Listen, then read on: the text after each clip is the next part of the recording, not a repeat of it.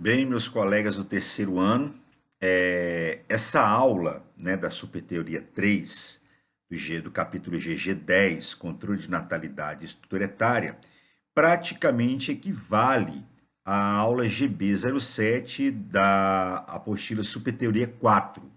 Então, aqui está contendo dois capítulos, o GG10 da aula da apostila Superteoria 3 e o GB07 da apostila Superteoria 4. Vamos começar analisando aqui as chamadas teorias demográficas.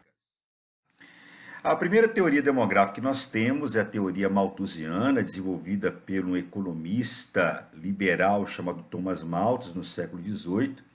Ele escreveu esse livro, o Ensaio sobre o Princípio da População, onde ele utilizou de conhecimentos matemáticos para poder desenvolver a sua teoria demográfica. Segundo Malthus, a população ela crescia numa PG, numa progressão geométrica, enquanto a produção de alimentos crescia numa PA, numa progressão aritmética. Na progressão geométrica, o crescimento ele é exponencial. Na progressão aritmética, o crescimento ele é linear. Então, segundo ele, em um determinado momento, a população ia superar a produção de alimentos. E dessa forma você teria o problema da fome. Para isso, então, ele disse que era necessário controlar a natalidade para poder evitar a falta de alimentos. Mas como controlar a natalidade em pleno século XVIII, sendo que você não havia ali métodos contraceptivos? É aí que entra a igreja pregando a castidade, tá certo? A questão do pecado. Como nós podemos observar aqui é a população crescendo numa PG e aqui a produção de alimentos crescendo numa PA. Então, num determinado momento, a população ela ia ser maior do que a produção de alimentos. Então, nesse caso, nós teríamos aqui a questão da fome. O que vai derrubar a teoria malthusiana vai ser a Revolução Agrícola do século XIX, devido à introdução das máquinas agrícolas, o melhoramento genético desenvolvido por Mendel, que vai fazer com que a produção de alimentos aumente, derrubando a teoria malthusiana. Não é à toa que a teoria malthusiana ela foi considerada uma teoria, como vamos dizer assim, uma teoria muito pessimista, né? A outra teoria que nós temos demográfica é a teoria reformista, ou teoria marxista do século XIX, desenvolvida, né, por Karl Marx, tá certo? O criador ali do socialismo científico. Segundo Karl Marx, ele diz o seguinte, que a miséria e o subdesenvolvimento é que geram um crescimento populacional. Ou seja, se você combater a miséria e o subdesenvolvimento, a população ela tende a diminuir, tá certo? Ela vai sofrer uma redução. Esse era o pensamento de Karl Marx, dos reformistas. Já no século XX, surge a teoria neomalthusiana, que vai ser o contraponto à teoria reformista, certo? E ela vai surgir na Escola de Economia de Chicago. E vamos lembrar que a Escola de Economia de Chicago é onde formam-se aqui pensadores neoliberais. Então, automaticamente, eles não vão nunca pensar em adotar a teoria reformista que é baseada nas ideias de Marx. Segundo eles, o crescimento populacional é que aumenta a miséria e o desenvolvimento. Então, para eles é necessário você combater o crescimento populacional. Se você combate o crescimento populacional, automaticamente você vai estar combatendo a miséria e o subdesenvolvimento. Por isso que na década de 1960 e 70 no Brasil, a introdução da laqueadura, os métodos contraceptivos, foi amplamente difundido pelos neomalthusianos, tá certo? Vamos controlar essa natalidade para reduzir a miséria no Brasil. Na verdade, o que reduz é o número de miseráveis e não a miséria em si. Não quer dizer que a pessoa tendo menos filhos vai sair da miséria, tá certo? E vai haver um grande incentivo aos métodos contraceptivos, né, como a laqueadura, o uso de anticoncepcional e a vasectomia. Há uma coisa diferente entre controle de natalidade e planejamento familiar. O controle de natalidade é mais uma imposição feita pelo Estado, é o que aconteceu na China principalmente, né? E o planejamento familiar é quando parte da família. A família vai decidir pela quantidade de filhos que quer ter. Aqui nós temos uma charge da Graúna, né? Que está aqui. O nosso interesse é só te ajudar a planejar filhos. Aqui essa senhora está representando o Estado. Aí a Graúna diz, isso é ótimo, coisinha. Já pensou os meninos nascerem com tudo planejado, creche, escola, merenda, livros, bibliotecas? Não, queridina, fala em planejar no sentido de controlar, mostrando que, na verdade, o Estado não estava preocupado, tá certo, em melhorias sociais. Ele queria, na verdade, era controlar a quantidade de filhos. Aí a Graúna continua, claro, claro, controlar o sarampo, a pólio, a meningite. Não, controlar para não ter 3, 5, 8, 9 filhos mais um. Aí ela, conte comigo, tenho pavor de ter gêmeos, quem dirá quíntuplos, né? Ou seja, a política demográfica brasileira, ela não era preocupada, por exemplo, com a questão de você promover melhorias sociais, e sim reduzir o número de filhos. Se aquela pessoa vai sair da miséria ou não, se ela vai ter acesso à educação, não era importante. O importante era reduzir o número de filhos. Aqui nós temos outra charge, né? Bem neomalthusiana, tá certo? Aqui, pô, ainda não encontraram a solução para o déficit habitacional. Já a pílula, ou seja, como se a pessoa tiver menos filhos, tá certo? Ele vai ter acesso à moradia. Aqui nós estamos vendo uma família na miséria, né? Uma mulher até com a criança no colo e outra praticamente na barriga, e ela pede uma esmola. O que que a mulher dá? Um anticoncepcional. Tipo assim, toma esse anticoncepcional, tenha menos filhos, que você vai sair dessa miséria que você está vivendo. Uma charge bem neomalthusiana. A teoria ecomalthusiana, essa teoria ecomalthusiana, ela praticamente é uma evolução da teoria neomalthusiana. Ela é muito difundida no século XXI, onde, segundo eles, né, os ecomalthusianos, a população tem que reduzir para poder reduzir a pressão sobre os recursos naturais. Essa charge que vocês estão vendo aqui, ela era muito utilizada para designar a teoria neomalthusiana. Só que, ultimamente, ela é utilizada muito para a teoria ecomalthusiana, ou seja, o nascimento, aqui nós temos o bebê, é capaz de sugar todos os recursos mundiais. Aqui nós temos uma charge, de novo, da Graúna, tá certo? Que retrata esse assunto, tá bom? E se nós observarmos essa charge, que cai no PISME, uma charge que ela elabora aqui duas teorias demográficas. Nós temos aqui o seguinte, olha, para evitar que você tenha filhos, tome essa pílula. Então, nesse momento, ela está sendo neomalthusiana. Aí depois a Graúna fala, mas não é bom tomar comprimido de barriga vazia, pode dar úlcera. Ou seja, a Graúna, nesse momento, ela está sendo o quê? Reformista. Tipo assim, não adianta você querer controlar a natalidade se você não melhorar a minha condição social. Aí a mulher fala, come um pedaço de pão.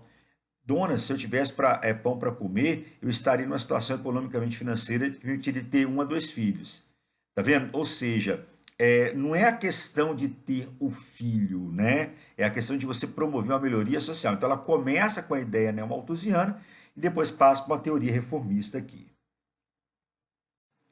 Estrutura etária. Estrutura etária é a faixa de idades. Segundo a ONU, a estrutura etária varia de 0 a 19 anos para jovens, 20 a 59 anos para adultos e acima de 60 anos os idosos. O que é um país jovem? Um país jovem é aquele país que tem mais de 50% de jovens, tá certo? E o país maduro é um país com mais de 50% das pessoas acima de 20 anos. Estrutura por gênero. Gênero masculino e feminino. Não podemos confundir gênero com sexo, tá? O sexo, na verdade, é o que a pessoa nasce, que é registrado em cartório. O gênero, na verdade, é uma decisão a ser tomada pela pessoa com o passar da sua vida, tá certo? Isso é gênero, tá bom? Bem, então é muito importante deixar bem claro que há essa diferença entre gênero e sexo. O que é o coeficiente de masculinidade? É o número de homens para cada grupo de 100 mulheres, tá certo? No caso da China, esse coeficiente de masculinidade ele é muito alto, ou seja, eu tenho muito mais homens, ou seja, tá certo? Eu tenho 110 homens para praticamente 100 mulheres. Hoje a taxa, o coeficiente de masculinidade da China é em torno de 14,1, tá certo? Ou seja, 14 homens para uma mulher. Se nós pararmos para poder analisar do ponto de vista genético, é a mesma proporção, porque você tem lá os gametas masculinos e femininos, no caso o feminino XX e do masculino XY. Quando há o cruzamento, 50% de chance de nascer uma mulher, 50% de chance de nascer um homem. Então, geneticamente, a proporção é a mesma. É tanto que na base de uma pirâmide populacional, praticamente você tem a mesma quantidade de meninos e a mesma quantidade de meninas. Tá certo? O que nós podemos observar é o seguinte, há mais mulheres do que homens no Brasil, tá certo? Só que não é uma quantidade muito grande, tipo assim, nós temos 10 mulheres para um homem no Brasil. Não, nós não temos isso, certo? Não chega a ter praticamente 2 mulheres para um homem. Mas apesar de nós termos uma população feminina muito alta, a população feminina ainda não tem grande participação efetiva no mercado de trabalho. Mas que é isso, Dinário? Nós podemos observar que a participação da mulher no mercado de trabalho tem aumentado. Sim, tem aumentado, mas infelizmente não tem ainda uma igualdade salarial. Essa é a luta das mulheres, né? Tá certo? Mas aí vem aquela questão do machismo, em dizer, mas a mulher, tá certo? Não consegue ter a força do homem. Não é a questão da força, tanto que hoje a maior parte do trabalho não é um trabalho mais de força física, é um trabalho intelectual, que aliás é muito bem desenvolvido hoje pelas mulheres. É tanto que o número de mulheres em universidades tem aumentado em relação ao número de homens. Como está aqui nessa tabela, né, isso, elas são maioria, mas ganham bem menos do que os homens. Então a luta das mulheres é para que haja uma equiparação salarial e o trabalho da mulher seja mais valorizado e menos discriminado. Aqui nós temos um gráfico mostrando as mulheres no mercado de trabalho, né? Tá certo? A taxa de desemprego entre os homens é menor do que a taxa de desemprego das mulheres, mostrando que há uma discriminação ao trabalho feminino, mas a participação das mulheres no mercado de trabalho, como nós podemos observar, tá certo? Tem aumentado de 48 pulou para 50, como também mostrei naquele gráfico. E as mulheres elas tendem a trabalhar em trabalhos de menor rendimento, né? Elas têm menos rendimento do que os homens. Aqui, como nós podemos observar, a mulher aumentando a sua participação no mercado de trabalho, porém, há uma diferença salarial ainda gritante. Pirâmides etárias. Pirâmides etárias, eu vou analisar aqui tanto a estrutura etária, então eu vou dividir em 3 faixas horizontais, de 0 a 19 anos para os jovens, 20 a 59 anos para os adultos e acima de 60 anos para os idosos. De um lado, eu analiso a população masculina, do outro lado, eu analiso a população feminina. Observe que aqui, se nós observarmos a base dessa pirâmide, tá certo? Que mostra praticamente 0 ano, né? Nascimento, a quantidade de homens é praticamente a quantidade de mulheres. A quantidade de homens ela tende a diminuir porque o homem ele participa mais de atividades de alta periculosidade, de estresse e também o pouco cuidado que ele tem com a saúde. Então, por isso que a população feminina acaba sendo superior à população masculina e tendo uma maior expectativa em relação ao homem. Nós podemos observar aqui, olha, que a população feminina ela é muito maior do que a população masculina. Aqui nós temos a pirâmide populacional de países subdesenvolvidos. Nós observamos que a base é extremamente larga, mostrando que a taxa de natalidade é alta e a população economicamente dependente é alta. Aqui nós temos o corpo dessa pirâmide, mostrando para nós que a população economicamente ativa, que é aquela que participa do mercado de trabalho, se comparada com a base, ela é menor, então ela é baixa. E nós temos aqui um ápice bem afunilado, bem estreito, mostrando que a taxa de mortalidade é alta e a expectativa de vida ela é baixa.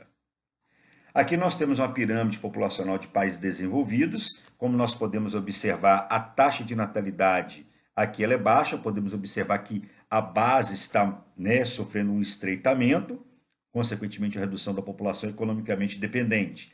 Se eu comparar o corpo com a base, a população economicamente ativa é maior do que a população economicamente dependente. Eu tenho mais gente participando do mercado de trabalho, gerando riqueza.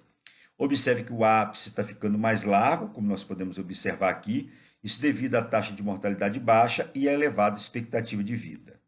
O que faz com que a população nos países desenvolvidos ela esteja passando por um processo de envelhecimento. Daí ser necessário você fazer grandes políticas voltadas à população idosa, à população da chamada terceira idade, que seria a primeira idade, segunda idade e terceira idade. Tá? É tanto que nos países desenvolvidos, no futuro, segundo eles, a população tende a diminuir e vai haver falta de mão de obra. Então, por isso que é importante começar a incentivar a taxa de natalidade nos países desenvolvidos. Aqui nós temos a evolução da pirâmide etária japonesa. Observe que tinha uma base larga, né, bem típica de países subdesenvolvidos. E o que foi acontecendo? A base foi estreitando, devido à redução na taxa de natalidade, e o ápice foi alargando. Né? Primeiro virou um país maduro, tá certo? E agora está virando um país senil. né? Você vê que a população adulta está diminuindo, está aumentando demais a população idosa. Então vai aumentar os gastos previdenciários, com saúde, vai haver falta de mão de obra. Por isso que tem que começar aqui a haver uma mudança na política demográfica e uma mudança na política social. Então é necessário você fazer uma reforma da Previdência, como também incentivar a natalidade, ter uma política natalista. Nós temos aqui uma demonstração da transição demográfica. A transição demográfica é quando você tem uma alteração na taxa de natalidade e também na taxa de mortalidade. Então você tinha aqui uma população jovem, depois virou uma população madura e agora uma população idosa. A taxa de natalidade era alta, a taxa de natalidade diminui, a expectativa de vida aumenta e a taxa de mortalidade diminui. Então, observe que as alterações na taxa de natalidade e de mortalidade promovem uma transição demográfica. E aqui nós temos a pirâmide populacionais do Brasil. Como nós podemos observar, a população brasileira está virando uma população adulta, mas o futuro é que nós vamos ter um aumento na população idosa. Por isso que o governo brasileiro fez a reforma da Previdência, né? Porque a população idosa brasileira tende a aumentar. E o problema é que a população idosa brasileira, além de aumentar, está aumentando também a expectativa de vida. Então, não só vai aumentar a quantidade de idosos, mas também o tempo de vida desses idosos. Isso significa que o gasto previdenciário do governo vai ser maior. Então, para minimizar esse gasto previdenciário, o governo fez a reforma da Previdência. Tá certo, pessoal? Então, nós podemos observar aqui por essa pirâmide populacional, que é a tendência, né? Nós somos um país maduro, tá certo? De adultos, mas vamos virar um país senil, ok?